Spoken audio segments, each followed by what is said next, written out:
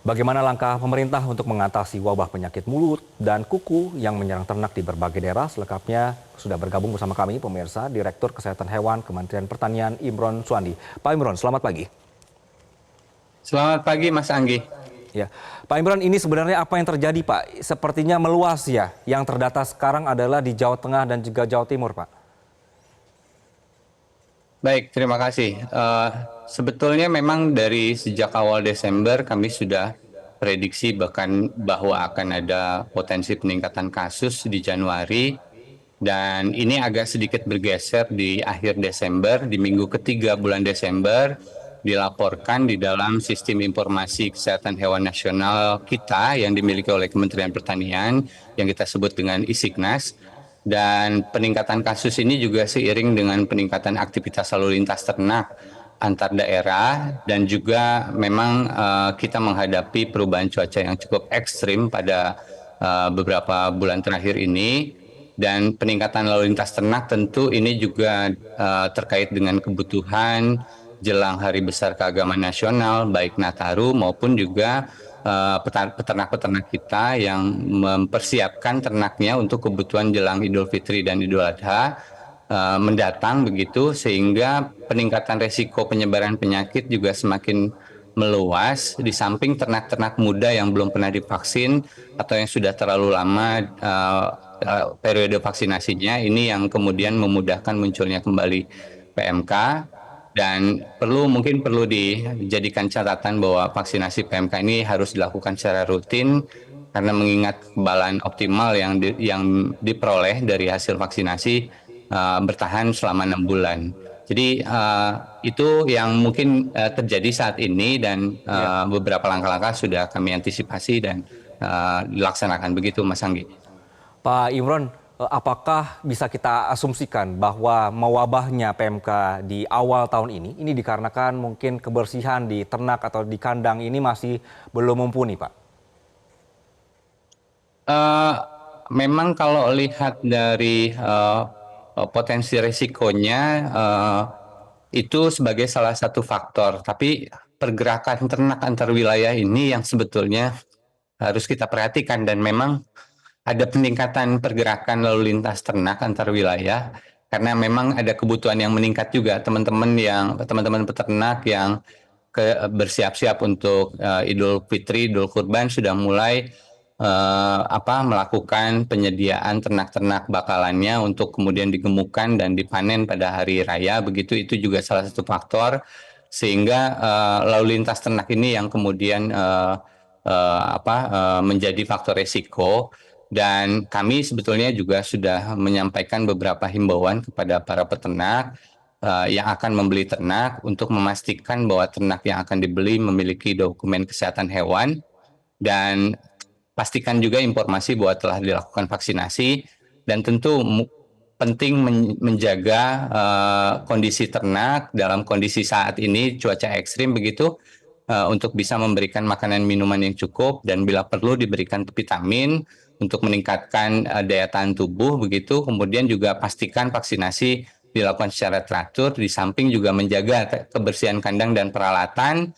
Dan karena kondisi saat ini cukup meluas, jadi mungkin juga membatasi akses untuk yang tidak berkepentingan ke areal kandang. Itu juga salah satu yang penting harus kita sampaikan. Dan kami sebetulnya sudah menyediakan hotline yang bisa diakses oleh para peternak dan juga petugas kesehatan hewan yang ada di seluruh Indonesia untuk bisa menghubungi kami terkait dengan laporan kasus dan juga kebutuhan-kebutuhan informasi untuk bisa merespon upaya-upaya pengendalian. Begitu, Mas Anggi.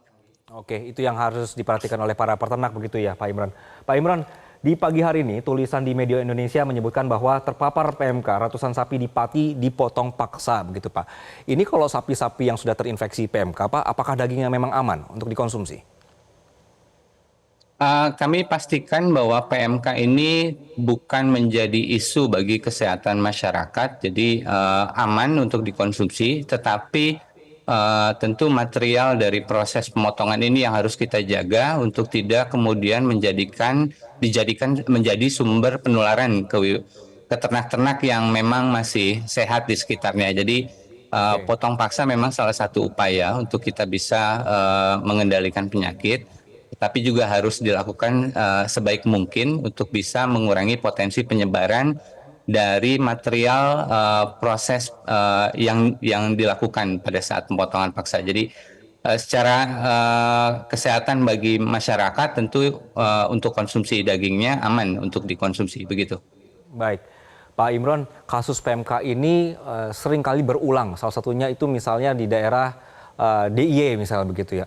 Sebenarnya yang membuat kasus ini merebak begitu Pak, memang karena tadi kurangnya kebersihan atau kurangnya vaksin atau memang cara pengolahannya yang kurang baik Pak, supaya kita ini menghindari ya ada mewabah lagi begitu.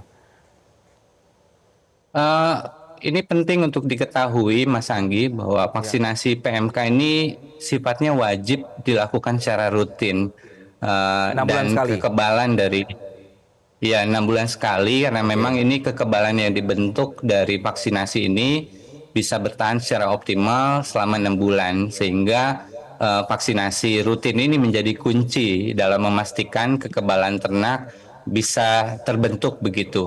Dan sudah pasti bahwa ternak-ternak muda yang belum divaksin ini yang kemudian sangat berpotensi untuk kemudian sakit begitu, dan Ya. apabila ini dilalutaskan maka akan bisa menjadi sumber penyebaran begitu. Dan sebagai informasi bahwa saat ini Kementerian Pertanian telah melakukan registrasi produk vaksin yang dapat diakses di lapangan bagi kebutuhan para petugas kesehatan hewan kita dan juga peternak untuk melakukan vaksinasi secara mandiri. Jadi ada 5 jenis vaksin yang sudah kita register di dalam negeri, dan ini kami juga sampaikan kepada perusahaan-perusahaan penyedia vaksin untuk dapat memberikan kemudahan layanan informasi dan akses bagi masyarakat yang membutuhkan. Oke, ini gratis ya Pak Imron ya?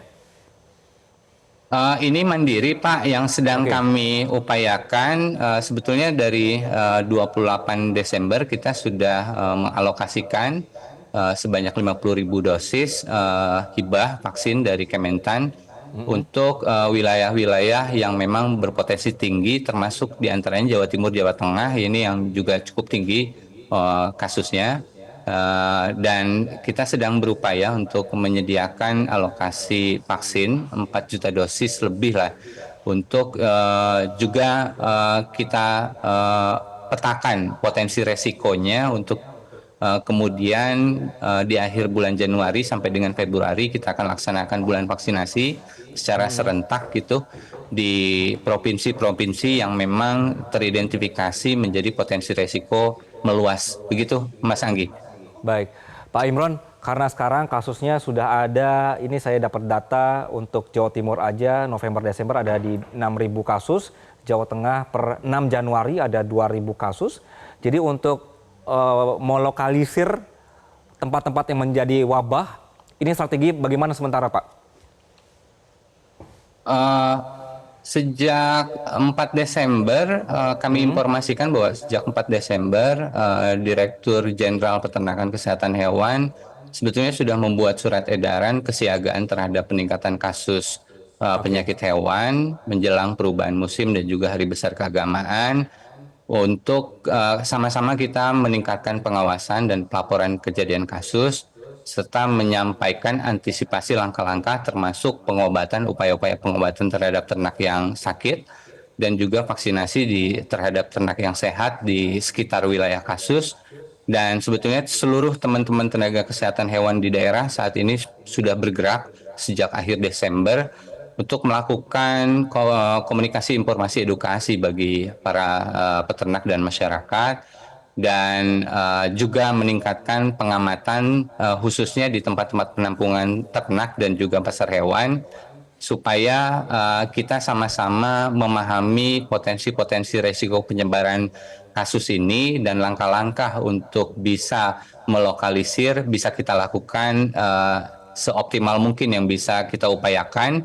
Dan sebagai informasi Pak Mas Anggi, bahwa Ya. tanggal 3 Januari Bapak Menteri Pertanian juga menyampaikan surat kepada seluruh kepala daerah, baik gubernur, bupati, wali kota, untuk meningkatkan kewaspadaan dini peningkatan kasus penyakit hewan menular strategis, Ini kaitannya dengan peningkatan pengawasan lalu lintas ternak, kemudian juga melakukan mitigasi yang dibutuhkan, dan utamanya memang di tempat penampungan dan pasar hewan ini, jika memang disinyalir ada kasus PMK, kami himbau untuk kemudian Bapak Menteri Pertanian menghimbau untuk bisa melakukan penutupan pasar hewan sementara, dan juga nanti tentu dilanjutkan dengan tindakan penyemprotan pembersihan dan penyemprotan desinfeksi untuk bisa melokalisir meluasnya potensi penyebaran kasus. Begitu Mas Anggi.